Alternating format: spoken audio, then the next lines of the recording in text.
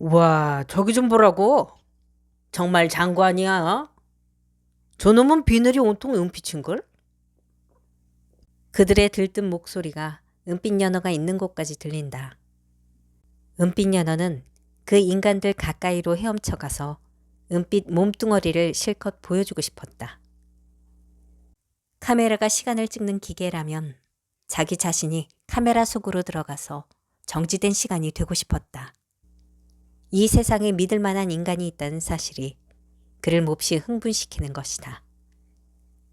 은빛 연어는 세상은 정말 살만한 곳인가 보다. 라고 눈맑은 연어에게 말했다. 그녀도 가볍게 몸을 흔든다. 은빛 연어는 착한 인간들을 자세히 보려고 물가로 헤엄쳐 가본다. 인간들은 일제히 은빛 연어 쪽으로 카메라를 갖다 댄다. 카메라의 위에서 가끔 번쩍거리는 빛이 터지는 것이 보인다. 은빛 연어는 그때마다 깜짝깜짝 놀랐지만 그들이 자신을 해치지 않는다는 것을 알고 있다. 카메라를 든 인간은 틀림없이 연어를 옆에서 볼 줄 아는 인간들일 것이다. 그런데 카메라를 들지 않은 한 인간이 그의 눈에 들어온다.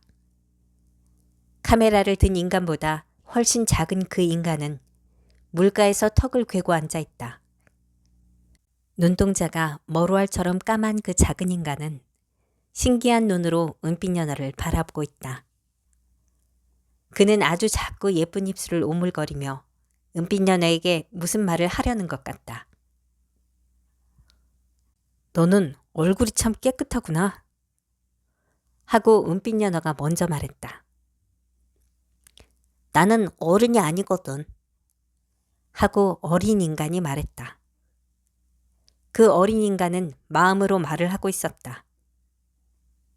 인간은 어른이 되면 얼굴에도 털이 나는 모양이구나. 라고 은빛 연어는 생각한다. 너는 어떻게 여기로 왔지? 아빠를 따라 나왔어. 저기 빨간 옷을 입고 있는 분이 우리 아빠야. 엄마랑 누나도 같이 왔어. 아, 그 어린 인간은 아버지가 있었던 것이다.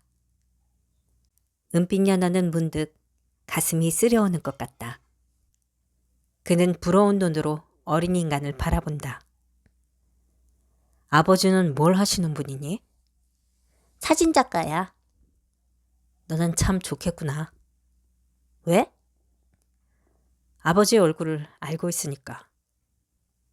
넌 아버지가 없니? 아버지는 있었지만 얼굴을 몰라. 연어는 알을 낳은 뒤에 모두 죽어버리거든. 우리를 키우는 것은 강이거든. 그럼 강을 아버지라 부르면 되겠네 뭐. 내 말대로 정말 그렇게 불러볼까? 그래. 어린 인간은 은빛 연어를 위로해주고 싶은 모양이다. 이제 가봐야겠어. 조금 더 이야기를 하고 싶은데. 예쁜 꼬마는 못내 아쉬워하는 눈치다. 꼬마야, 부탁이 하나 있어. 뭔데? 너도 크면 꼭 카메라를 들고 살았으면 좋겠어. 낚시대 대신에 말이야. 그래, 잊지 않을게. 안녕. 하고 어린 인간이 손을 흔든다. 고마워. 안녕. 하고 은빛 연어는 상류를 향해 지느러미를 흔든다. 물길이 점점 좁아지고 있다.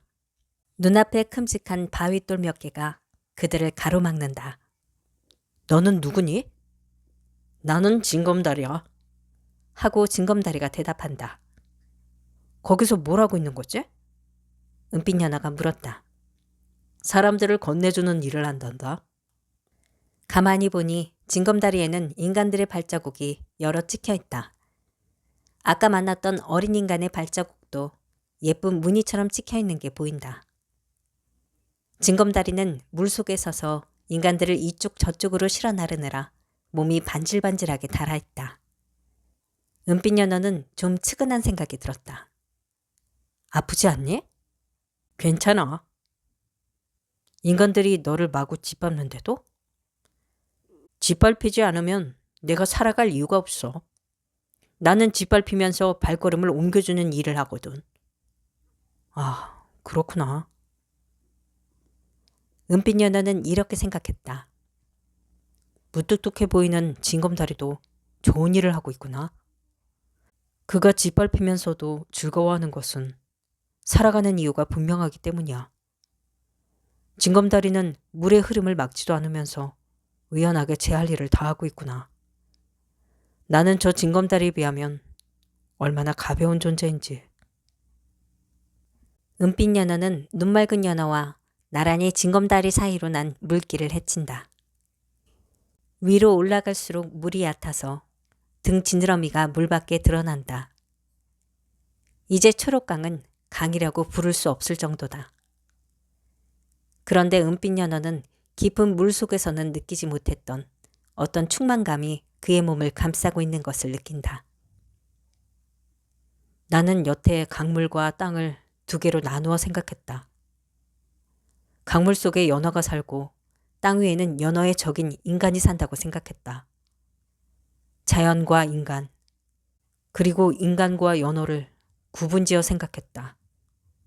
그건 너무 경솔한 생각이었다. 나를 감고 흐르는 이 시냇물은 높은 산 위에서부터 수천 수억 개의 물방울이 모여 이루어진 것이다. 이 시냇물이 더 큰 강이 되고 나아가 바다가 되는 것을 나는 왜 모르고 있었던가. 은빛 연어는 그의 눈앞에서 시냇물의 밑바닥이 서로 손을 맞잡고 있는 것을 본다.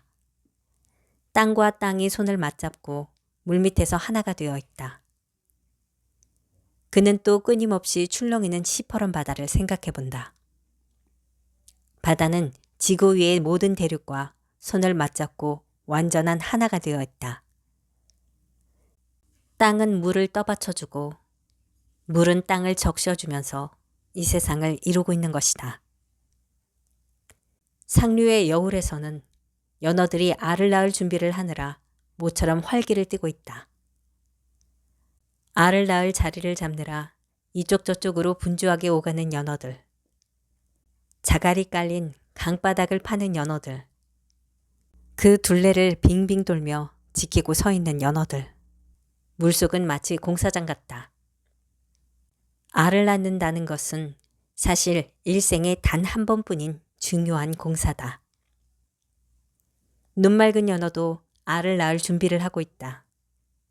그녀는 여울바닥을 꼬리 지느러미로 파들어가기 시작한다. 날카로운 돌멩이의 모서리에 지느러미가 찢어지는 줄도 모르고 그녀는 산란터 만들기에 열중하고 있다. 지느러미에 힘이 닿으면 배 지느러미로, 배 지느러미에 힘이 빠지면 주둥이로 땅바닥을 파들어가고 있는 것이다.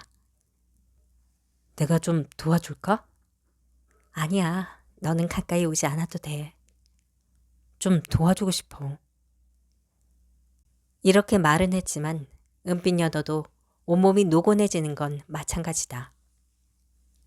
그들은 너무 오랜 시간에 걸쳐 이곳까지 왔던 것이다. 이제 조금만 파면 돼. 눈맑은 연어의 주둥이가 해진 헝겊처럼 달아가고 있다. 그녀는 피곤한지 한숨을 길게 내쉰다. 그녀는 하던 일을 잠시 멈추고 은빛 연어를 바라본다. 은빛 연어야. 그녀의 그 막던 눈에도 지나간 시간의 흔적이 역력하다. 그것은 세월이라는 긴 터널을 통과한 연어의 초상이었다. 너는 삶의 이유를 찾아냈니? 은빛 연어는 갑자기 부끄러워진다. 그는 알을 낳는 일보다 더 소중한 삶의 이유가 있을 것이라고 여겨왔다. 그런데 그가 찾으려고 헤맸던 삶의 의미는 어디에도 없었다.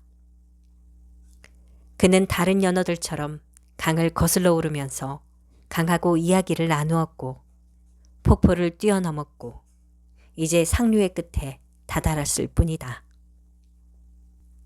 삶의 특별한 의미는 결코 멀리 있지 않다는 것을 알았을 뿐이야. 너는 어디엔가 희망이 있을 거라고 했잖아. 희망이라는 것도 멀리 있지 않다는 것을 깨달았어. 그럼 결국 희망을 찾지 못했다는 말이니? 은빛 연어는 이제껏 볼 수 없었던 아주 편안한 표정으로 말했다. 그래, 나는 희망을 찾지 못했어. 하지만 후회하지는 않을 거야. 한우라기의 희망도 마음속에 품지 않고 사는 연어들에 비하면 나는 행복한 연어였다는 생각이 들어.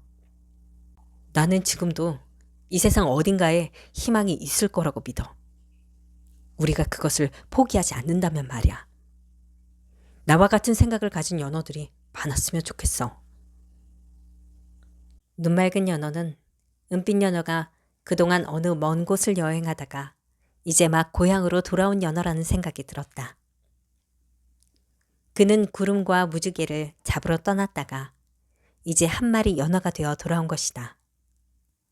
하지만 눈맑은 연어는 그의 마음의 방황을 탓하고 싶지는 않았다. 눈꽃만한 희망도 호기심도 없이 살아가는 연어들에 비하면 은빛 연어는 훨씬 아름다운 연어다. 은빛 연어가 왜 강물 밖을 자꾸 보고 싶어 했는지, 왜 마음의 눈으로 이 세상을 보고자 했는지 그녀는 알고 있는 것이다. 눈맑은 연어는 산란터를 다 만들고 나서 은빛 연어야, 이제 알을 낳을 때가 되었어 하고 말했다. 그녀는 지쳐 보였지만 얼굴에 생기를 잃지 않으려고 애를 쓰고 있는 것 같다. 은빛 연어야, 이리 가까이 와. 그녀는 말의 첫머리마다 은빛 연어의 이름을 붙이면서 말했다. 그 이름을 부를 시간이 이제 얼마 남지 않았다는 것을 그녀는 알고 있는 것일까? 은빛 연어는 눈맑은 연어와 나란히 산란터 위에 몸을 멈춘다. 지느러미를 하나도 움직이지 않고 그대로 멈춰 서 있기란 쉬운 일이 아니다. 모든 시간이 정지된 듯 주변이 고요하다. 은빛 연어야. 은빛 연어는 아무 말도 할 수가 없다. 연어가 알을 낳는다는 것은 기나긴 생을 마감한다는 뜻이다. 은빛 연어는 밀려오는 두려운 생각 때문에 몸이 바들바들 떨리는 것을 느낀다. 그는 죽음이 두려운 게 아니다. 죽음보다 더 두려운 것은 눈맑은 연어와의 사랑이 끝난다는 것이다. 그것은 또한 초록강과의 완전한 이별을 뜻하는 것이기도 하다. 눈맑은 연어야, 우리가 사라진 후에도 강물은 흐르겠지? 아마 그럴 거야. 계속 흐를 거야. 강물이 우리를 기억할까? 나는 강물을 믿어. 그게 무슨 말이니? 강물을 믿지 못하는 연어는 강으로 돌아올 수도 없거든. 아마 우리 알들도 강물을 믿을 거야. 눈맑은 연어가 침착하게 말했다.